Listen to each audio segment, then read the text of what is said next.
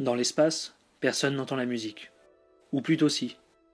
Quand Jerry Goldsmith est choisi pour composer le score pour le classique de science-fiction Alien, il était au sommet de sa carrière. En effet, il venait tout juste de remporter l'Oscar de la meilleure compo pour The Omen.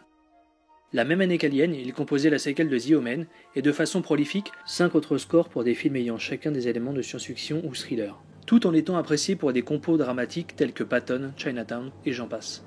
Goldsmith était donc capable de faire preuve d'une polyvalence absolue. Dès le début du process, Lionel Newman, alors à la tête du département musique de la Fox, suggéra à Ridley Scott de rencontrer Goldsmith, qui, après description de l'atmosphère du film, fut enthousiaste de se lancer dans la composition. Il dira d'ailleurs de lui « Enfin ça, c'était avant ».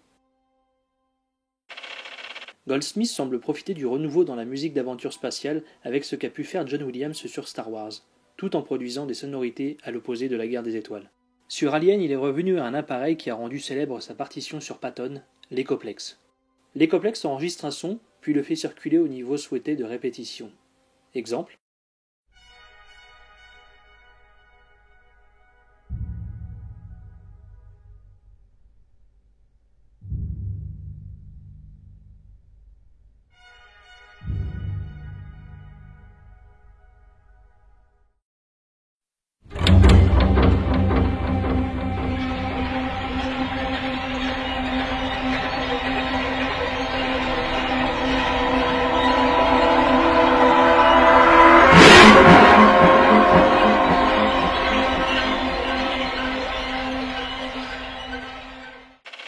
Goldsmith, arrivant à la fin de l'enregistrement en studio, fut contacté par Ridley Scott afin de réécrire 5 titres, le thème principal inclus, Scott le jugeant trop romantique. En effet, Goldsmith voyait l'espace comme la définition de l'inconnu, pas effrayant mais intrigant, teinté d'une certaine romance. Scott et lui n'arrivaient pas à se mettre d'accord pour ce thème. Il en réécrit donc un nouveau, celui que l'on connaît, moins subtil, étrange et inquiétant.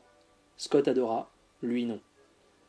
L'original fut écrit en 1 journée, et celui que nous connaissons, en 5 minutes, et ce n'était que le début des ennuis. Le monteur, le réalisateur et la production n'ont eu de cesse de réarranger ces morceaux. Ce qui était écrit pour une scène pouvait être déplacé ou voire même supprimé. Pour Goldsmith, la production a réellement ruiné son travail. Sur les 4 mois d'enregistrement, il n'aura vu Scott que 3 fois. Il dira même dans une interview que travailler sur Alien fut la plus misérable expérience de sa carrière. Tendance suicidaire ou pas, Ridley Scott et Jerry Goldsmith firent de nouveau équipe sur le film Legend. Et pire que pour Alien, pour le montage américain, le score fut purement et simplement remplacé par celui de Tangerine Dream. En résulte aujourd'hui pour moi l'une des plus belles et l'une des plus emblématiques compositions du cinéma de science-fiction.